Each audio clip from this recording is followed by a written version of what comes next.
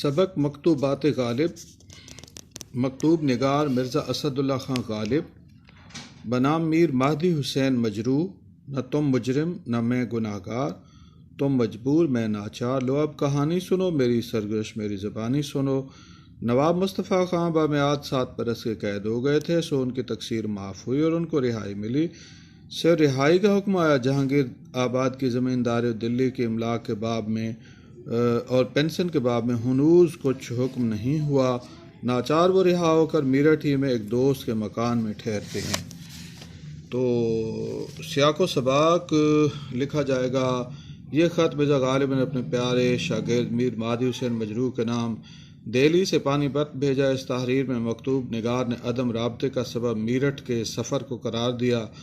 नवाब मुस्तफ़ा खां शाइफ्ता की जेल से रिहाई और उनसे मीरठ में मुलाकात का हाल बयान किया गया है। दिल्ली पर गोरों की गिरफ्त, दिल्ली में दाखिला और रिहाइश के लिए टिकट छपने और उनकी ख़रीदो फ़रोख्त, बग़ैर टिकट शहर में दाखिल होने वालों से बदसलूकी, दिल्ली के नवाब में अपने मकानात की मिसमारी का हाल भी कलमबंद किया गया है।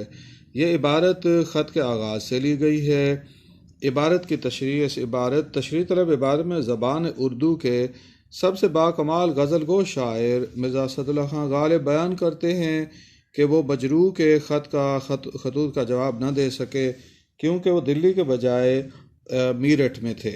ये एक ख़त का जवाब है जो मजरूह ने पानीपत से दिल्ली भेजा और इसमें शिकवा किया कि उनके चंद खतूत का जवाब गालिब की तरफ से मौसूल न हुआ।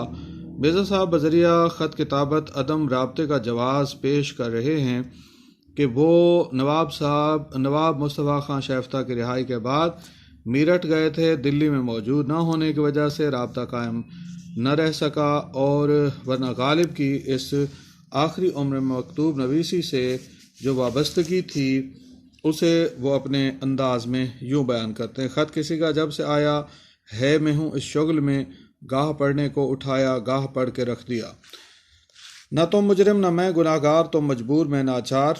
गालिब तहरीर करते हैं कि ए मीर महदी हुसैन मजरूह, तुमने शिकायत से लबरेज़ ख़त लिख कर कोई जुर्म नहीं किया और मैंने जवाब न देकर कोई गुनाह नहीं किया।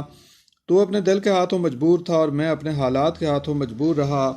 दोनों की अपनी अपनी मजबूरियां हैं। अगर मैं दिल्ली में मुकीम होता तो फ़ौरन ख़त का जवाब इरसाल करता। अब आ गया हूँ तो जवाब भी इरसाल कर रहा हूँ। अब तेरे कलाम को इस्लाह भी दी जाएगी और राब्ता भी बहाल रहेगा। अरबी ज़बान के इस मकूले पर अमल किया जाएगा। अल मकतूब निस्फ़ुल मुलाकात, ख़त आधी मुलाकात का ज़रिया है।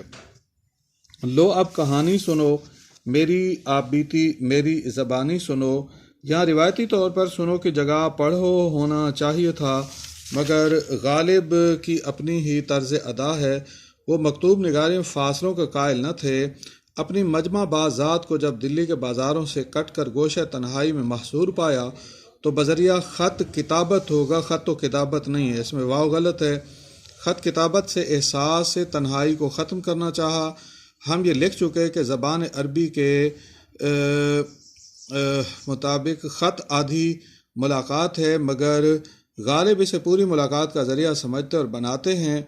उनका दावा है कि उन्होंने मुरासले को मुकालमा बना दिया है और वह अपने दोस्त मिर्ज़ा हातिम अली बेग मेहर के नाम एक ख़त में तहरीर करते हैं। मैंने वह अंदाज़ तहरीर ईजाद किया है कि मुरासले को मुकालमा बना दिया। अब हज़ार को से बज़बान कलम बातें किया करो और हिज्र में विसाल के मज़े लिया करो। नवाब मुस्तफ़ा खां 7 बरस की मुद्दत के लिए कैद कर दिए गए थे। आखिर उनकी ख़ता माफ़ हुई और उन्हें रिहाई मिली। नवाब मुस्तफ़ा खां का तखल्लुस शाइफ्ता था। वो रियासत जहांगीर आबाद के वाली और रईस थे। दिल्ली में मटिया महल में रहते थे। गालिब से दोस्ती का ये आलम था कि जैसे जब फरागत मुयस्सर होती तो वो दूसरे दोस्त के पास होता जिससे फरागत मुयस्सर होती। यकजान दो कालिब वाला ताल्लुक़ था। नवाब मुस्तफ़ा खां शाइफ्ता पर इल्ज़ाम था कि उन्होंने जंग आज़ादी लड़ने वालों का साथ दिया है। मुकदमा बगावत का कायम हुआ। अदालती कार्रवाई हुई। ब्रिटिश अदालत ने 7 बरस कैद व मुशक्क़त की सज़ा दी। उन्हें मीरठ जेल में कैद कर दिया गया।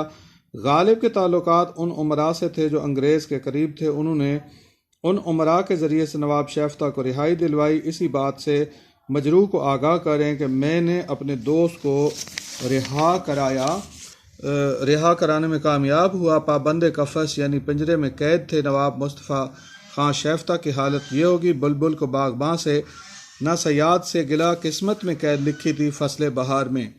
सिर्फ रिहाई का हुक्म है। जहांगीराबाद की ज़मींदारी, दिल्ली की जायदाद और पेंशन के बाब में अभी तक कोई हुक्म जारी नहीं हुआ। मिर्ज़ा गालिब को उनके रईस दोस्तों ने कहा कि शैफ्ता की रिहाई के लिए दरख्वास्त दायर की जाए। 4 दरख्वास्तें जमा कराई गईं रिहाई के लिए। जहांगीराबाद की ज़मीनें जिन पर अंग्रेज़ों ने कब्जा कर लिया था बहक सरकार जब्त कर ली गई थी, उनके बारे में मुतालबा किया गया कि वापस दी जाएं। अगर ऐसा ना हो तो फिर पेंशन वजीफ़ा मुकर्रर किया जाए।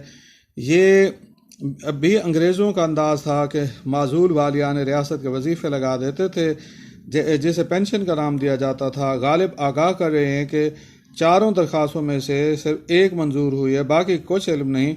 गालिब ने इन हालात की क्या खूब अक्कासी की है। रोज़ इस शहर में एक हुक्म नया होता है, कुछ समझ में नहीं आता कि क्या होता है। नाचार वो रिहा होकर मीरठ में एक दोस्त के मकान में ठहरे हुए हैं। नवाब शैफ्ता की कसम पुरसी का हाल ये बयान किया गया है, जो 1.5 बरस की कैद के बाद रिहा हुए थे। बड़े ही नफीस मिजाज आदमी थे। कहाँ घर का साफ़ सुथरा माहौल, महल्लात में रहने वाले पाक व पाकीज़ा माहौल के आदी, और कहाँ जेल की ताफुन ज़दा फ़ज़ा। आखिर रिहा हुए तो देखा महल्लात भी ब्रिटिश सरकार के कब्ज़े में। जहांगीराबाद की ज़मीनें भी नहीं हैं, रिहाइशगाह भी बहक सरकार जब्त है। उनके पास सर छुपाने को जगह न थी। मीरठ जेल से रिहा होकर मीरठ में दोस्त के यहाँ ठहरे।